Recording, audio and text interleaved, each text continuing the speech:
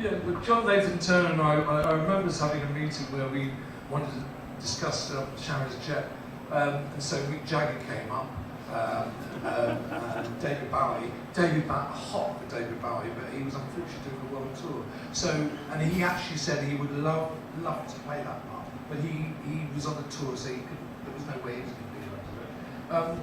And I met Christopher Gable. I mean, they were the two major characters. Mick Jagger was on the other, but we just couldn't afford to consider it. But what had happened was I worked we used to call them cool boys, floor assistants, which was is a cool boy, is a junior team who went and knocked on doors, said, "We're ready for you now, Mr. Mrs. and with makeup's ready for you," and we varied people. So we were the babies of the crew.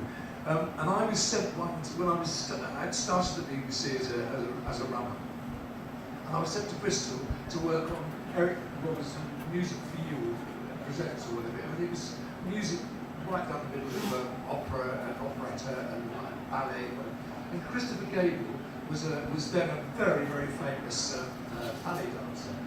And so each week in this show, he would have a ballerina a famous ballerina from all over the world to do a pas de deux every week.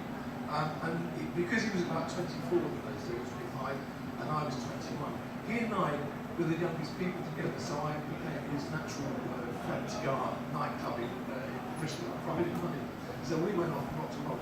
And I remember this fantastic relation. He was a lovely guy to know. He was a really nice man. And he said to me one day, "I want to stop being a ballet dancer because I can't do, they do those, when they leave, I don't know what it's called, they do scissors." And he said, to do that, you have to get 13 scissors effects in it, and I can only do 7. And I'm cheating, so I need to stop. So I want to take up acting. And that's what he did. He went into rep and did acting. So I remembered this fantastic character who had a fantastic voice, wonderful physique, which is what Sharon's Jet had to have. He had to have an ability. There was something very special about him. And I suddenly said, why don't we get Christopher Gable, who is now a big film star, see whether he would play it, because he might remember me and might say yes, I don't know. And he did. When we approached him, when I said to him, "Look, Christopher, it means that you're going to have a mask all the time. The only time we see you is at the end when it becomes destroyed by fire or whatever. And as you pull the mask off, it's still up. We still don't see you because we see his burnt, destroyed face. But I just wanted this deep voice and this wonderful, live spirit in the bar." And he said, "I'll come in and see you. Send me the script. I'll come in and see you and discuss it further, and we'll decide whether I'm the person for you." And he did. He said he read it and said, "Do you know what? I want to do this." And he came and played it. And it was wonderful. He was a fabulous artist to be, amongst the team. So we have time for couple of questions. Is John out there now? Is John there? Yeah. Where's John? Oh, there you go. So John is going to come amongst you, and we'll choose the people he feels he's most attracted to. So if you want to put your hand up, he'll come and hunt you down. The Making of Time Crash. The Making of Time Crash. Memories of doing the Making of Time Crash with David Tennant. Can you share us some memories of doing Time Crash with David Tennant? Okay. Yes, I remember. I was doing Spamalot at the time in the West End, playing King Arthur with a beard, and on one Sunday, Stephen Moffat came around for lunch, obviously with an ulterior motive, and said, "Would you be interested in doing this little script I've written?" And he gave it to me, and I read it, and I thought, this is absolutely brilliant, because it's both about David remembering watching Doctor Who, and also about the 10th Doctor remembering being the 5th Doctor. So I said, yeah, absolutely, of course. And so we arranged it that we would film it on one Sunday, about a month, 6 weeks later.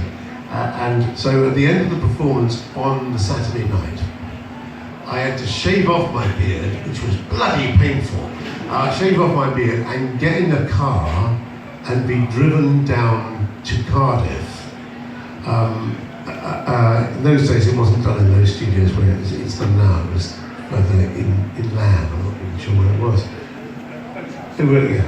So anyway, so I stayed the night in the hotel and then woke up in the morning full of trepidation and went into what, of course, I foolishly assumed, of course I'd seen the programmes, I knew it kind of wasn't, was my TARDIS, but of course my TARDIS console room.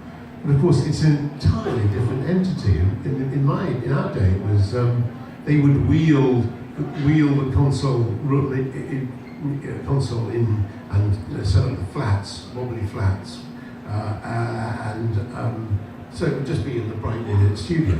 And this was this fantastic, complicated set, standing set.